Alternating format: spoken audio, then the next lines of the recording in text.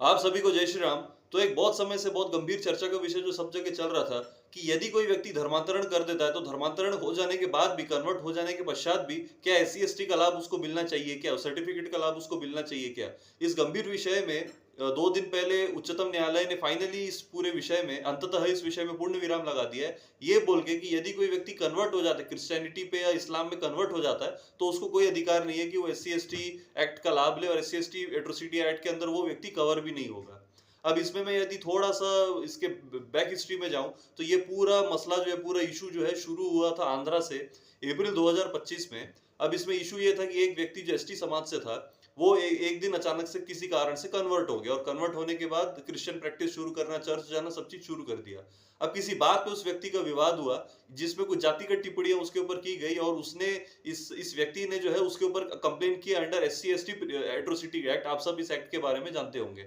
अब उस व्यक्ति के जिसके ऊपर एफआईआर हुई थी, उन्होंने जब आंध्रा हाईकोर्ट के सामने इस पे चैलेंज किया, इस एक्ट को चैलेंज किया, तो आंध्रा हाईकोर्ट ने क्लियर कट बोल दिया था कि यदि कोई व्यक्ति एससी एसटी में कन्वर्ट, जो एससी एसटी का व्यक्ति कोई क्रिश्चियनिटी में कन्वर्ट हो गया, तो उसको कोई अधिकार नहीं है एससी एसटी का लाभ लेने का। अब फाइनली वहां से ये मैटर होते होते यहाँ ऑनरेबल सुप्रीम कोर्ट तक आया, और सुप्रीम कोर्ट ने ऑनरेबल ये क्लियर कट बोल दिया कि यदि ये कोई व्यक्ति एससी एसटी यदि कोई कन्वर्ट हो जाता है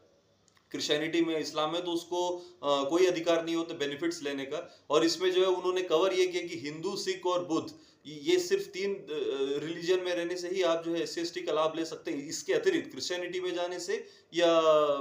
इस्लाम में कन्वर्ट होने से वहां पे जो है किसी प्रकार का आपको एससी एसटी का कोई लाभ नहीं मिलेगा। अब मैं एक बतौर एक अधिवक्ता, वक्ता होने से पहले अधिवक्ता, एक ये कहना चाहूंगा कि इस पे ये जो ऑर्डर जो पास किया ऑनरेबल सुप्रीम कोर्ट ने, इससे तो कोई संदेह नहीं है कि इसमें धर्मांतरण, अवैध धर्मांतरण का जो मसला है, जो समस्या है, वो काफी हद तक कम होगा। क्योंकि जितने भी हम देखते हैं, जहां पे भी क्रिश्चियन मिशनरीज जा जाके उन्हीं एरियाज में खास तौर पे जाके कन्वर्ट करते, जहाँ एससी एसटी की जनसंख्या ज्यादा होती है, खास करके एसटी की। लेट इट भी छत्तीसगढ़, उड़ीसा, झारखंड,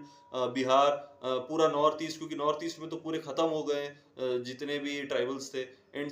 केरला एंड तमिलनाडु ऑल्सो। तो जहां पे एससी एसटी की जनसंख्या ज्यादा होती है, वहीं पे ये मिशनरी जाके सबसे ज्यादा कन्वर्ट होते हैं। तो ये जो ऑनरेबल सुप्रीम कोर्ट ने ये जो आदेश पारित किया, इससे तो इसमें तो कोई संदेह नहीं है कि धर्मांतरण जो है वो काफी हद तक रुका जाएगा। और मैं एक लीगल इसका इंटरप्रिटेशन करने के नाते, एक अधिवक्ता होने के नाते, एक चीज इस पे और जोड़ना चाहूंगा कि ये जो ऑनरेबल सुप्रीम कोर्ट ने ये जो आदेश पारित किया है, यदि ये इशू जो है इसमें ऑर्डर में यदि वो ये भी लिख देते कि this order is applicable with retrospective effect, मतलब पहले भी अगर कुछ हुआ तो उस पर भी एप्लीकेबल रहेगा, तो थोड़ा सा इसका ज्यादा प्रभाव पड़ सकता था। अब आगे देखना है इसके इम्प्लीमेंटेशन के पश्चात क्या प्रभाव पड़ता है। आप सभी को जय श्री राम।